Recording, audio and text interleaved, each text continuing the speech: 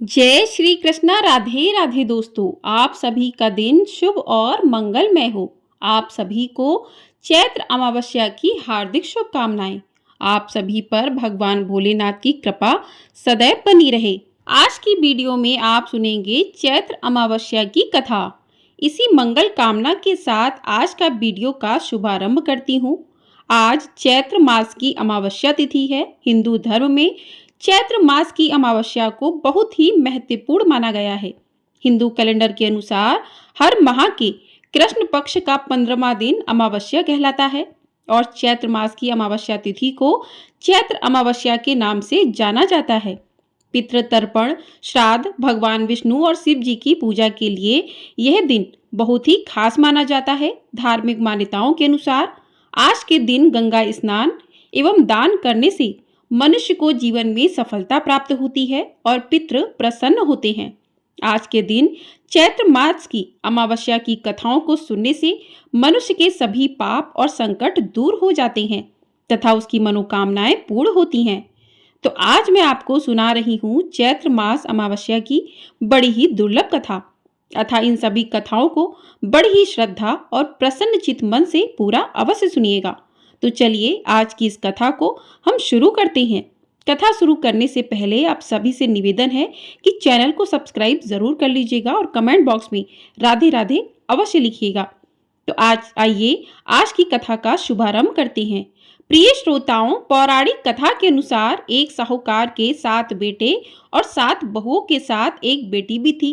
साहूकार के घर रोज एक जोगी आता था जिसे साहूकार की बहू भिक्षा देती थी।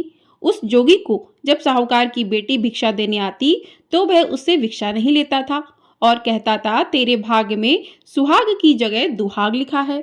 लड़की को उस जोगी की यह बात बहुत बुरी लगती और एक दिन वह अपनी माँ से रोते रोते जोगी की बात बताती। सारी बात सुनकर माँ कहती कि कल जब जोगी आएगा तब मैं सुनती हूँ कि वह क्या कहता है और क्यों कहता है।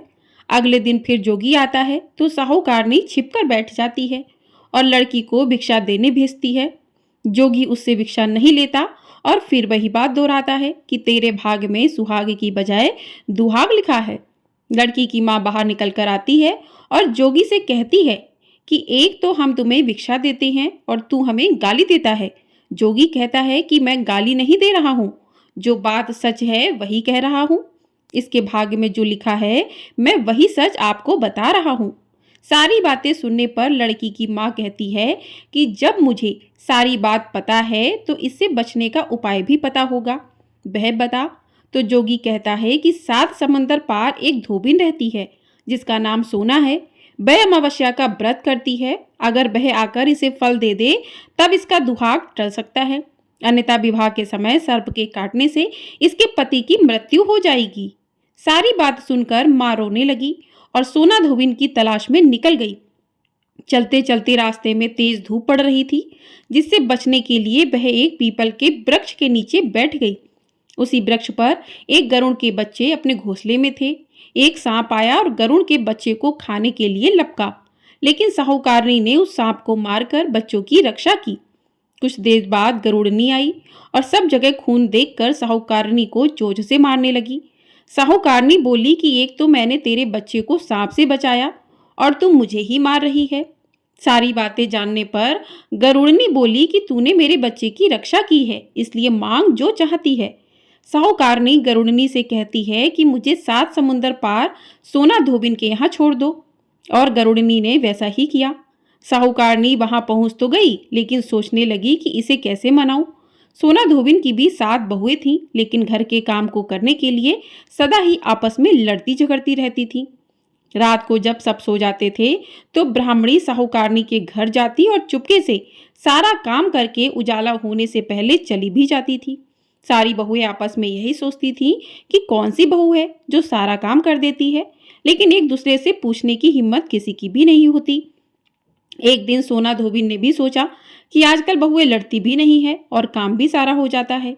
सोना धोबिन ने सारी बहुओं को बुलाया और पूछा कि आजकल तुम लड़ती भी नहीं हो और घर का सारा काम भी हो जाता है। तो सोना धोबिन ने अपनी बहुओं से पूछा कि घर का सारा काम कौन करता है। बहुएं सास से झूठ कहती हैं कि लड़ाई करने से क्या फायदा, इसलिए हम मिलकर काम कर लेते हैं। सोना धोबिन को अपनी बहू की बात पर विश्वास नहीं होता है और वह रात में जागकर स्वयं सच देखना चाहती है कि कौन घर का सारा काम करता है। रात होने पर सोना धोबिन छिपकर बैठ जाती है कि देखूं कौन सी बहू काम करती है। रात हुई तो वह देखती है कि एक औरत चुपके से घर में घुस रही है। वह देखती है कि उसने घर का सारा काम कर दिया है और जाने की तैयारी में है। जैसे ही साहूकारनी जाने लगती है तो सोना धोबिन उसे रोकती है और पूछती है कि तुम कौन हो और क्या चाहती हो। तो साहूकारनी कहती है, पहले तुम वचन दो तब बताऊंगी। सोना धोबिन वचन देती है। तब साहूकारनी कहती है कि मेरी बेटी के भाग्य में दुहाग लिखा है, लेकिन तुम अमावस्या का व्रत करती हो तो मेरे साथ चलकर उसे सुहाग दे दो। सोना धोबिन वचन से बंधी थी तो वह साहूकारनी के साथ चलने को तैयार हो जाती है। जाते हुए सोना धोबिन अपने बेटों व बहू से कहती है कि मैं इस औरत के साथ इसकी बेटी को सुहाग देने जा रही हूँ, लेकिन अगर मेरे पीछे से तुम्हारे पिताजी मर जाएं तो उन्हें घी और तेल के कूप में डालकर रख देना। सोना धोबिन साहूकारनी के घर पहुंच जाती है। साहूकारनी अपनी बेटी का विवाह करती है तो फेरों के समय सोना धोबिन कच्चा करवा, दूध तथा तार लेकर बैठ जाती है। कुछ समय बाद सांप आया और दूल्हे को डसने लगा तो सोना धोबिन ने करवा आगे कर तार से सांप को बांध दिया और सांप मर गया। अब सोना धोबिन ने लड़की को सुहाग दिया और कहा कि अब तक मैंने जितनी अमावस्या की हैं वह साहूकार की इस लड़की को मिलेगा। अब आगे जो अमावस्याएं मैं करूंगी उनका फल मेरे पति और मेरे बेटों को मिलेगा। सभी लोग अमावस्या माता की जय जयकार करने लगे। सोना धोबिन अपने घर वापस जाने को तैयार हुई तो साहूकारनी ने कहा कि तुमने मेरे जवाई को जीवन दान दिया है, इसलिए तुम जो चाहो मांग लो। तो सोना धोबिन बोली कि मुझे कुछ नहीं चाहिए और वह चली गई। रास्ते में चलते हुए फिर से अमावस्या आ गई। उसने पीपल के पेड़ के नीचे बैठकर कहानी कही, व्रत रखा और पीपल के पेड़ की 108 बार परिक्रमा की। पीपल के पेड़ की पूजा के बाद वह घर जाती है तो देखती है कि उसका पति मरा पड़ा हुआ है। अब रास्ते में जो अमावस्या उसने की थी उसका फल अपने पति को दे दिया, जिसके प्रभाव से वह पुनः जीवित हो गया। सब कहने लगे कि तूने ऐसा क्या किया जो तेरा पति जिंदा हो गया। वह कहती है, मैंने तो ऐसा कुछ नहीं किया है, बस रास्ते में अमावस्या तिथि आ गई थी जिसका मैंने व्रत किया, कहानी कही और पीपल के वृक्ष की 108 बार परिक्रमा की। अब सारी नगरी में ढिढोरा पिटवा दिया गया कि हर कोई अमावस्या का व्रत करेगा, पूजा करेगा, कहानी कहेगा और पीपल के वृक्ष की 108 बार परिक्रमा करेगा। हे अमावस्या माता, जैसे आपने साहूकार की बेटी को सुहाग दिया, वैसे ही कथा कहने वाले और कथा सुनने वाले सभी का सुहाग अमर रखना और सभी पर अपनी कृपा करना। बोलिए अमावस्या माता की जय। इस प्रकार से पहली कथा समाप्त हुई। अब सुनते हैं दूसरी पौराणिक कथा। प्रिय श्रोताओं, भगवान श्री कृष्ण से एक बार पक्षीराज गरुड़ ने पूछा कि हे प्रभु, पृथ्वी पर लोग अपने मृत पितरों का श्राद्ध करते हैं, उनकी रुचि का भोजन ब्राह्मणों आदि को कराते हैं, पर क्या पितृलोक से पृथ्वी पर आकर श्राद्ध में भोजन करते पितरों को किसी ने देखा भी है? तो भगवान श्री कृष्ण ने कहा कि हे गरुड़, तुम्हारी शंका का निवारण करने के लिए मैं देवी सीता के साथ हुई घटना सुनाता हूँ।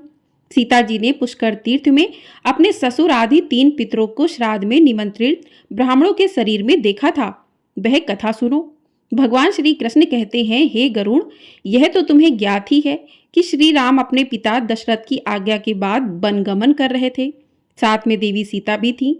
बाद में श्री राम को यह पता लग चुका था कि उनके पिता उनके वियोग में शरीर त्याग चुके हैं। जंगल जंगल घूमते सीता जी के साथ श्री राम ने पुष्कर तीर्थ की भी यात्रा की। अब यह श्राद्ध का अवसर था। ऐसे में पिता का श्राद्ध पुष्कर में हो, इससे श्रेष्ठ क्या हो सकता था। तीर्थ में पहुंचकर उन्होंने श्राद्ध की तैयारियां आरंभ की। श्री राम ने स्वयं ही विभिन्न शाक, फल एवं अन्य उचित खाद्य सामग्री एकत्र किए। जानकी ने भी भोजन तैयार किया। उन्होंने एक पके हुए फल को सिद्ध करके श्री राम जी के सामने उपस्थित किया। श्री राम ने ऋषियों और ब्राह्मणों को सम्मान सहित आमंत्रित किया। श्राद्ध कर्म में दीक्षित श्री राम की आज्ञा से स्वयं दीक्षित होकर सीता जी ने उस धर्म का सम्यक और उचित पालन किया और सारी तैयारियां संपन्न हो गईं। अब श्राद्ध में आने वाले ऋषियों और ब्राह्मणों की प्रतीक्षा थी। उस समय सूर्य आकाश मंडल के मध्य पहुंच गए और कुतुब मुहूर्त यानी दिन का 8वां मुहूर्त अथवा दोपहर हो गई। श्री राम ने जिन ऋषियों को निमंत्रित किया था वे सभी आ गए थे। श्री राम ने सभी ऋषियों और ब्राह्मणों का स्वागत और आदर सत्कार किया तथा भोजन करने के लिए आग्रह किया। ऋषियों और ब्राह्मणों को भोजन हेतु आसन ग्रहण करने के बाद जानकी अन्न परोसने के लिए वहां आई। उन्होंने कुछ भोजन बड़े ही भक्ति भाव से ऋषियों के समक्ष पत्तों की बनी थाली पर परोसा। वे ब्राह्मणों के बीच भी गईं, पर अचानक ही जानकी भोजन करते ब्राह्मणों और ऋषियों के बीच से निकली और तुरंत वहां से दूर चली गईं। सीता जी लताओं के मध्य छिपकर जा बैठी। यह क्रियाकलाप श्री राम देख रहे थे। सीता के इस कृत्य से श्री राम कुछ चकित हो गए। फिर उन्होंने विचार किया कि ब्राह्मणों को बिना भोजन कराए साध्वी सीता लज्जा के कारण कहीं चली गई होंगी। सीता जी एकांत में जा बैठी हैं। फिर श्री राम जी ने सोचा कि अचानक इस कार्य का क्या कारण हो सकता है। अभी यह जानने का समय नहीं है। जानकी ने इस बात को जानने से पहले मैं इन ब्राह्मणों को भोजन करा लूं, फिर उनसे बात कर कारण समझूंगा। ऐसा विचार कर श्री राम ने स्वयं उन ब्राह्मणों को भोजन कराया। भोजन के बाद ऋषियों को विदा करते समय भी श्री राम के मस्तिष्क में यह बात रह रहकर कौंध रही थी कि सीता ने ऐसा अप्रत्याशित व्यवहार क्यों किया। उन ब्राह्मणों के चले जाने पर श्री राम ने अपनी प्रियतमा सीता जी से पूछा कि ब्राह्मणों को देखकर तुम लताओं की ओट में क्यों छिप गई थी। यह उचित नहीं जान पड़ा। इससे ऋषियों के भोजन में व्यवधान हो सकता था। वे कुपित भी हो सकते थे। श्री राम बोले कि हे सीते, तुम्हें तो ज्ञात है कि ऋषियों और ब्राह्मणों को पितरों के प्रतीक माना जाता है। ऐसे में तुमने ऐसा क्यों किया? इसका कारण जानने की इच्छा है मुझे। अविलंब बताओ। श्री राम के ऐसा कहने पर सीता जी मुंह नीचे कर सामने खड़ी हो गईं और अपने नेत्रों से आंसू बहाती हुई बोली कि हे नाथ, मैंने यहाँ जिस प्रकार का आश्चर्य देखा है उसे आप सुने। इस श्राद्ध में उपस्थित ब्राह्मणों की अगली पांत में मैंने दो महापुरुषों को देखा जो राजा जैसे प्रतीत हो रहे थे। ऋषियों ब्राह्मणों के बीच सजे धजे राजा महाराजा जैसे महापुरुषों को देख मैं अचरज में थी। तभी मैंने आपके पिताश्री के भी दर्शन किए। वह भी सभी तरह के राजसी वस्त्रों और आभूषणों से सुशोभित थे। आपके पिता को देखकर मैं बिना बताए एकांत में चली आई थी। मुझे न केवल लज्जा का बोध हुआ वरन मेरे विचार में कुछ और भी आया। तभी निर्णय लिया, हे प्रभु, पेड़ों की छाल, बलकल और मृग चर्म धारण करके मैं अपने ससुर के सम्मुख कैसे जा सकती थी। मैं आपसे यह सत्य ही कह रही हूँ। अपने हाथ से राजा को मैं वह भोजन कैसे दे सकती थी जिसके दासों के भी दास कभी वैसा भोजन नहीं कर सकते। मिट्टी और पत्तों आदि से बने पात्रों में उस अन्न को रखकर मैं उन्हें कैसे देती। मैं तो वही हूँ जो पहले सभी प्रकार के आभूषणों से सुशोभित रहती थी और आपके पिताश्री मुझे वैसी स्थिति में देख चुके थे। आज मैं इस अवस्था में उनके सामने कैसे जाती। इससे उनके मन को भी क्षोभ होता। मैं उनको क्षोभ में कैसे देख सकती थी। क्या यह कहीं से उचित होता? इन सब कारणों से हुई लज्जा के कारण मैं वापस हो गई और किसी की दृष्टि ना पड़े इसलिए सघन लताओं में आकर बैठ गई। गरुड़ जी बोले कि हे भगवान, आपकी इस कथा से मेरी शंका का उचित निवारण हो गया कि श्रद्धा में पितृगण साक्षात प्रकट होते हैं और वे श्राद्ध का भोजन करने वाले ब्राह्मणों में उपस्थित रहते हैं। तो इस प्रकार से दूसरी कथा भी पूर्ण हुई। प्रेम से बोलिए भगवान भोलेनाथ की जय। बोलिए भगवान विष्णु की जय। बोलिए श्री राम भगवान की जय। तो इस प्रकार से अमावस्या की कथाएं पूर्ण हुई। आपको ये वीडियो पसंद आई हो, वीडियो को लाइक कर दीजिएगा। चैनल पर नए हैं तो चैनल को सब्सक्राइब कर लीजिएगा। आपको कल से हमारे चैनल पर नवरात्रि के 9 दिनों माताओं की अलग अलग कथाएं सुनाई जाएंगी। साथ ही दुर्गा सप्तशती पाठ भी सुनाया जाएगा। तो चैनल को सब्सक्राइब करके बेल आइकन प्रेस कर लीजिएगा जिससे आने वाली वीडियो आपको तुरंत ही प्राप्त हो सके। और ये वीडियो यदि पसंद आई हो तो वीडियो को लाइक करके कमेंट बॉक्स में हर हर महादेव अवश्य लिखिएगा। जय श्री कृष्ण। राधे राधे दोस्तों।